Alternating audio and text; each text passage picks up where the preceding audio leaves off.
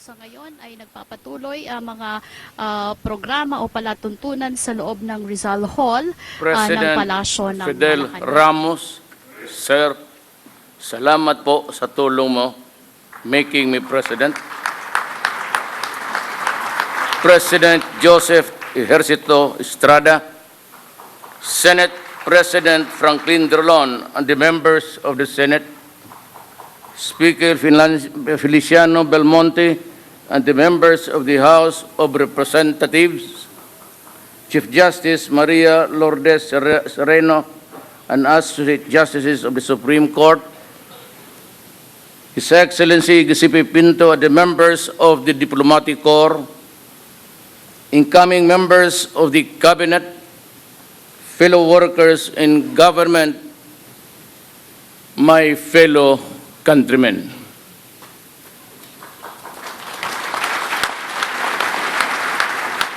No leader, however strong, can succeed at anything of national importance or significance unless he has the support and cooperation of the people he is tasked to lead and sworn to serve. It is the people from whom democratic governments draw strength, and this administration is no exception. That is why we have to listen to the murmurings of the people, fear their pulse, supply their needs, and fortify their faith and trust in us whom they elected to public office.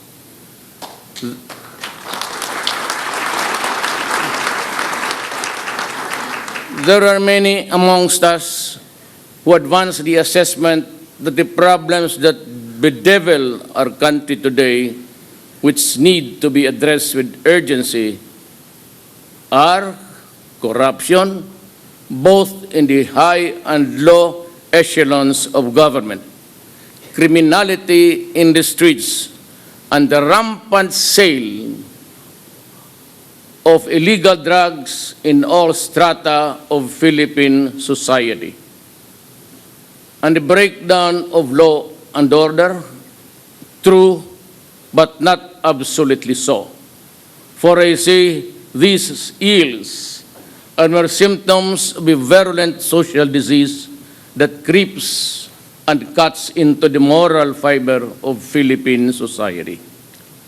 I sense a problem deeper and more serious than any of those mentioned or all of them put together. But of course, it is not to say that we will ignore them,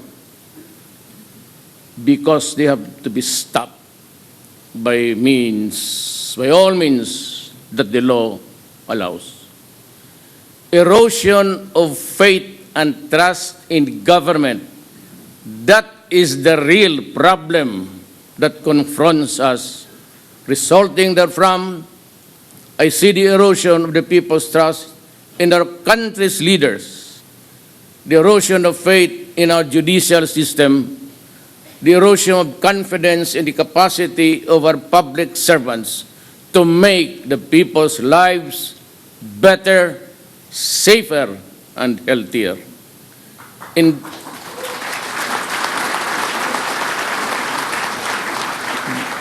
Indeed, ours is a problem that dampens the human spirit, but all is not lost. I know that there are those who do not approve of my methods of fighting criminality, the sale and use of illegal drugs and corruption. They say that my methods are unorthodox and verge on the illegal. In response, let me say this. I have seen how corruption bled the government of funds which were allocated for the use in uplifting the poor from the mire that they are in. I have seen how illegal drugs destroy individuals and ruin family relationships. I have seen how criminality, by means all foul, snatched from the innocent and the unsuspecting the years and years of accumulated savings years of toil, and then suddenly they are back to where they started. Look at this from that perspective and tell me that I am wrong. In this fight, I ask Congress and the Commission of Human Rights and all others who are similarly situated to allow us a level of governance that is consistent to our mandate. The fight will be relentless and it will be sustained. As a lawyer and a former prosecutor,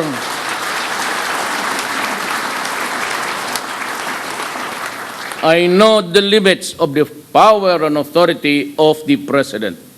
I know what is legal and what is not. My adherence to due process and the rule of law is uncompromising.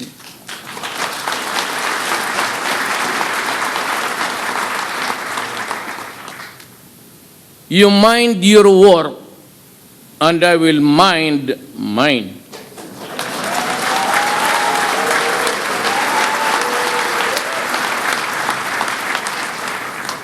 Malasakit, tunay na pagbabago, tinud-anay ang kausaban.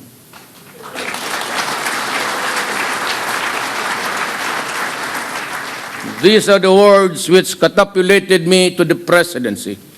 The slogans were conceptualized not for the sole purpose of securing the votes of the electorate.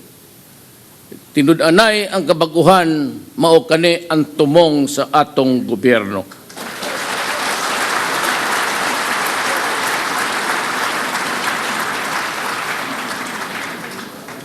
Far from that, these were battle cries articulated by me in behalf of a people hungry for genuine and meaningful change.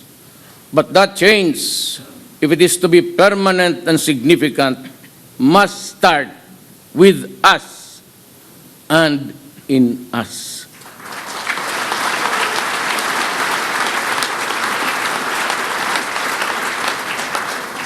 To borrow the language of F. Shinel Jose, we have become our own worst enemies, and we must have the courage and the will to change ourselves. Love of country, subordination of personal interests to the common good, concern and care for the helpless and the impoverished. These are among the lost and faded values that we seek to recover and revitalize as we commence our journey towards a better Philippines.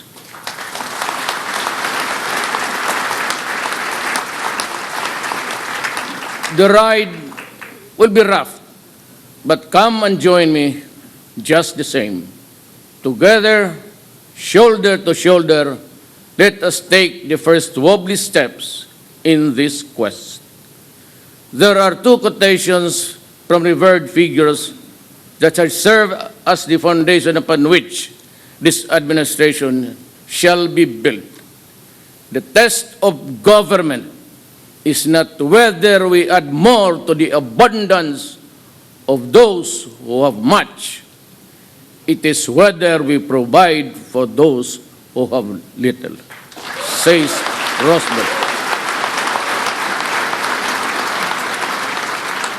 And from Lincoln, I draw this inspiration. You cannot strengthen the weak by weakening the strong. You cannot help the poor by discouraging the rich. You cannot help the wage earner by pulling down the wage payer. You cannot further brotherhood by inciting class hatred among men.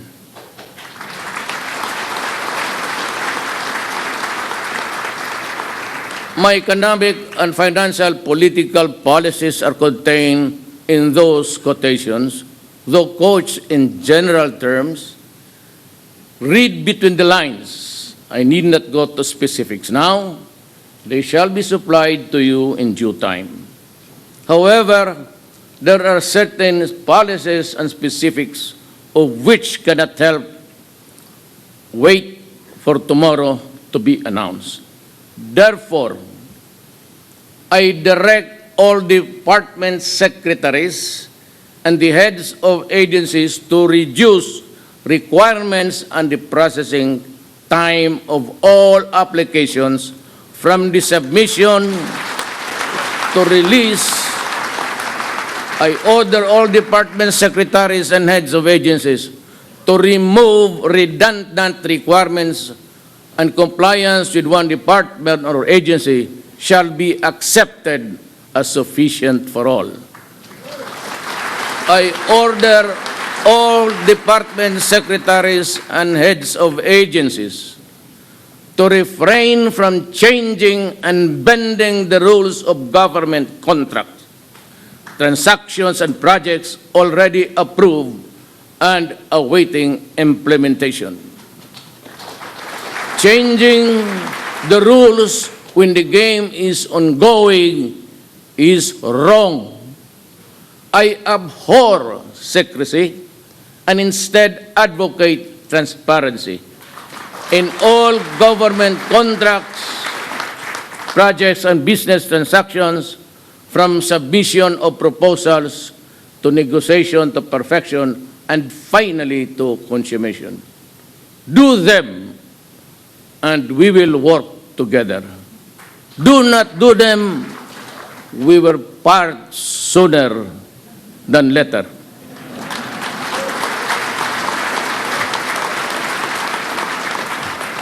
On the international front and community of nations, let me reiterate that the Republic of the Philippines will honor treaties and international obligations. On the domestic front, my administration is committed to implement all signed peace agreements in step with constitutional and legal reforms.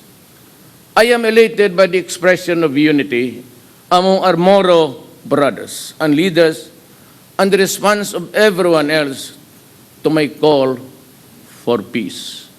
I look forward to the participation of all other stakeholders, particularly our indigenous peoples, to ensure inclusivity in the peace process.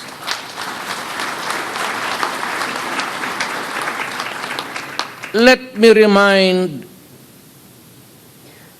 in the end of this talk, that I was elected to the presidency to serve the entire country. I was not elected to serve the interest of any person or any group or any one class. I serve everyone and not only one.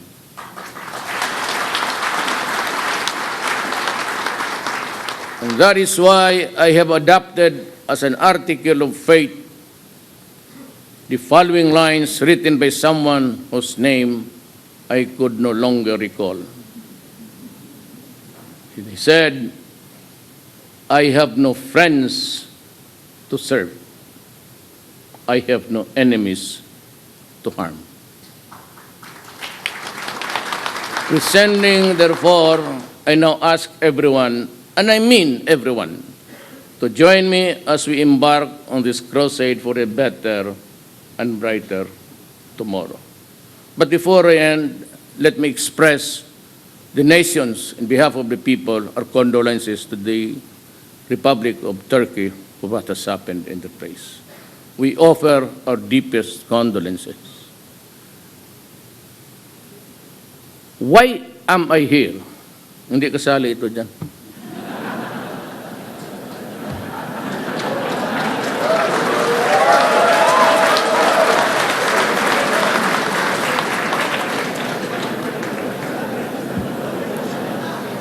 The past tense was, I am here because I love my country and I love the people of the Philippines. I am here, why? Because I am ready to start my work for the nation. Thank you and good afternoon.